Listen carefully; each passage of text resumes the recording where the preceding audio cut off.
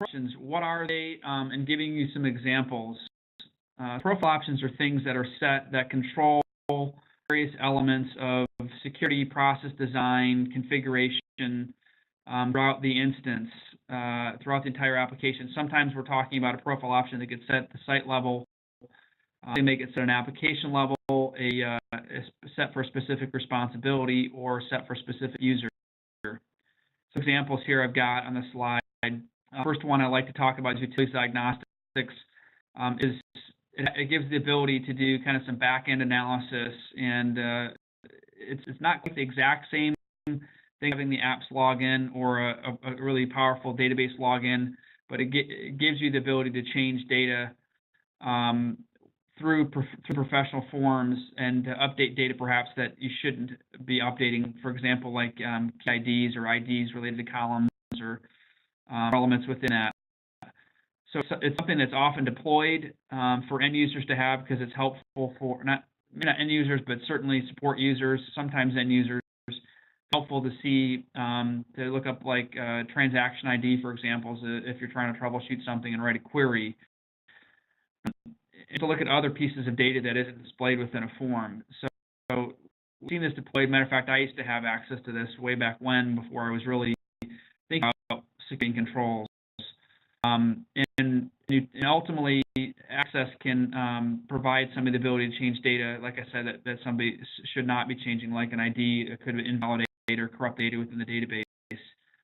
So it's very helpful, but it also provides some security risks related to it, and we don't recommend necessarily having it deployed in a environment. So our recommendation is to disable it altogether, or not allow it to be set at any level in production. Diagnostics, like diagnostics or trace files, those are things that get set usually on a temporary basis to review certain issues. So if you're seeing a profile option like FND diagnostics or a variety of trace-related profile options, they'll get set for a small period of time and then get removed. Shooting is in place. For example, GL journal review required is more of a functional example where the allocation journals or mass allocation journals can either go through the journal approval workflow or it can not go through the journal approval workflow. This is one that's very specific to a very common application control, which is the approval workflow, and relied upon as an automated control lots of organizations. So this is something that can be set at either the site level or it can be set at the user level. So if you're expecting your process to be designed in a certain way, typically set this at the site level and would not allow it to be set at another level because you're in essence relying upon that site level configuration to enforce your expected business process. So I wanted to bring in an example. It's more of a functional example rather than some of the other ones that are a little on the more technical side. Example, the FND personalization region link enabled personalization within forms, allow you to tweak forms, hide fields, make things mandatory, maybe hide some sensitive data, force data entry on something that may be mandatory, and that should only be enabled during a change ticket. But what we often see is this is kind of permanently enabled for a user in a production environment. So what we would be looking for from a setting of this profile option would be a change ticket that supports a development effort that has happened and has gone through and been tested in a non-production environment just as part of your SDLC change process.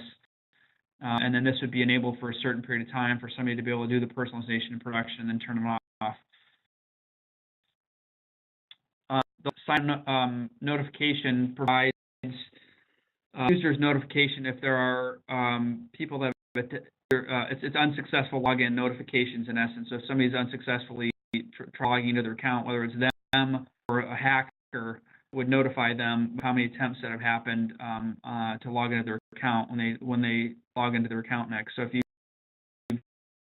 log in twice and the third time you log in, it would notify you that there's been 2 unsuccessful logins. So this example of profile options, there are large environment, 7 or 8,000, I think is, I forget the number, it's maybe even a little bit higher than that, but there are thousands of profile options that are set. And what we recommend is what we call a profile option risk assessment. So what that would look like is understanding the risk specific to individual profile option. So you're in essence going profile option by profile option, reviewing and saying what's the risk related to it, how do we have it set in our environment, or whether we should have it set in our environment. So could that, like in the top example, utilities diagnostics, if you file a recommendation, it would not be set in a production environment at all, versus F&D diagnostics and the F&D personalization ones would be set on a temporary basis to support a change ticket.